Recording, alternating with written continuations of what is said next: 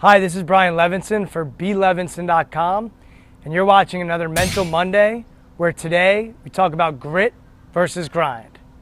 Grit has become a buzzword, especially in the business community and in sports. Everybody's talking about grit.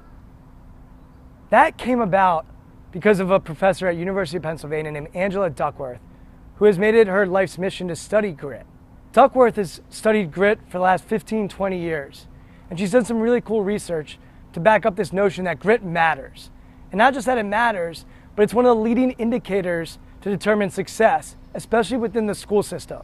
So she looked at different schools and found that grit was a better indicator for success than previous test scores, than family's background, or that family's income. She then went to the military, the spelling bee, the business world, the sports world, and also found that grit was a leading indicator in determining success. Duckworth defined grit as passion and perseverance for long-term goals. Passion and perseverance for long-term goals. I think that's practice grit. It's the idea that I'm gonna keep persevering, I'm gonna still have this passion and get better and improve.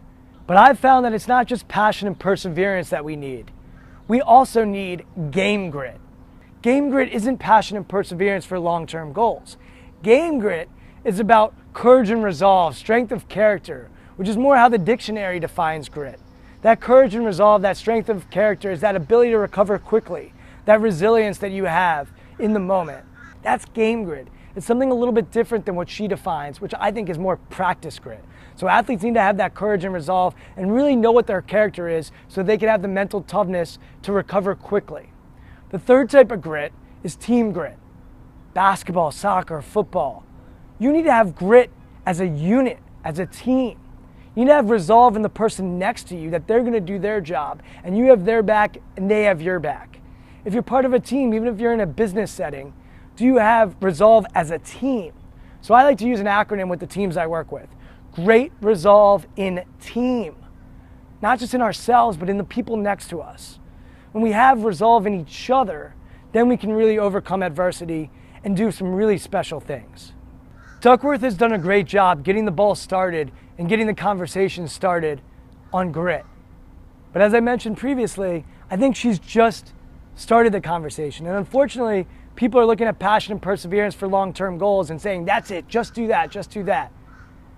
And I think that can be really dangerous. I think people are using grit in a grinding manner. And they're looking at grit as something you just have to keep going, just passion and perseverance, keep going, keep going, keep going. We have a world now where grinding is so popular. Everybody's out there saying, just grind, just keep grinding. I find it in athletes, I find it in business people, and then they bring their head up above water and they don't realize what they've just done. There's no purpose to what they're doing. So I want you to do an activity with me real quick. I want you to pull out your cell phone and I want you to hold it in the air, just like this. Now if you were to hold this cell phone up in the air, it wouldn't hurt.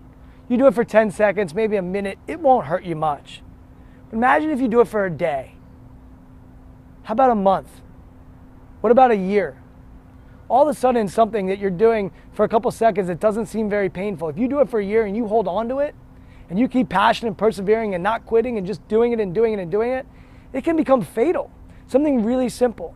So when we have this notion of just keep grinding, keep grinding, keep grinding, and we don't appreciate why we're doing it or the purpose of it, we can really do harm to ourselves. So while I appreciate the grit conversation that Duckworth has started, I think we also need to recognize that game grit and that team grit. That courage and resolve. What is your strength of character? What is it that you care about? We've mistaken busyness for productivity. We've mistaken busyness for productivity. And when we do that, when we're just grinding, grinding, grinding without a purpose, without any direction, it can even be fatal. If we can find a way to be efficient, to be productive, and to be resilient, while also understanding that quitting is not always a bad thing and can sometimes be really useful, then I think we're going to be able to maximize not only our ability, but also our lives. So in conclusion, I urge you to be aware of when you're grinding. If it feels like grinding, try to shift it to grit and find either practice grit, game grit, or team grit to work on. And remember, it's okay to quit sometimes, as long as you have a purpose and a reason in doing so. And with that, thank you for joining me for another Mental Monday. And remember, there are no good days or bad days, only moments. It's up to you to go take the action and go win the moment.